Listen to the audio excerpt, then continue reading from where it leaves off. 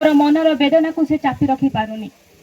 टिपटी वृष्टि नुहे यह मो हृदयर कष्ट, टिपटी वृष्टि नुहे यह मो हृदयर कष्ट, प्रति टोपारे तुमर छाया, प्रति ध्वनि रे मो जंत्रणार काया। आज आकाश काहींकि एते कांदुछि, आज आकाश काहींकि एते कांदुछि। सबुज बनानी सफा करदेलु आसीब काहू मौसुमी, मौसुमी वर्षा को स्वागत करिबा, पोतिबारे आमे वृक्ष, खसिब आकाश बरसिब पानी, तृप्त हेब धरा वृक्ष। धन्यवाद।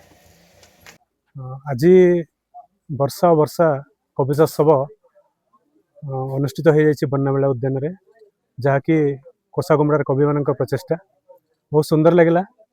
आमे आमर जीवन किसी मुहूर्त मान मध्य आज आमे किसी कविता आमे उत्सर्ग कले और बहुत सुंदर लगे। ये बहुत कवि प्रतिष्ठित कवि अच्छा और जो नुआ नुआ कविता लिखुचे से और यह गोटे जो साहित्य कला संस्कृति रो समृद्धि पे गोटे प्रयास कह, कारण आमर भावना आमर कल्पना सब व्यक्त कर कविता गोटे मध्यम।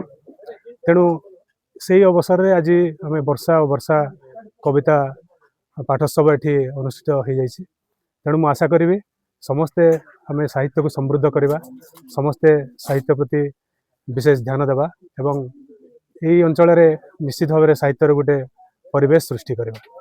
तेणु आज मुझे भावुची निश्चित भाव में जो कविता पाठोत्सव वर्षा वर्षा ये वर्षा ऋतु रे और जो कोसागुमड़ार बन्नामेला उद्यान रे निश्चित भाव में सफल होती। धन्यवाद। ये गोटे सुंदर प्रचेषा जंगल विभाग तरफ वृक्ष आमर बंधु निहाती भाव में परिवेश को आम समस्ते सुरक्षा करने उचित, समस्ते वृक्षरोपण करने उचित। तो बरगछ आमर बंधु, बरगछ आप जानते हैं बहुत उपकारी परिवेश बहुत समृद्ध करे बरगछटा। तेणु से उपलक्षे आज वन महोत्सव ये अनुष्ठित है कविता पाठोत्सव। तेणु से उपलक्षे समस्त को धन्यवाद ज्ञापन करें।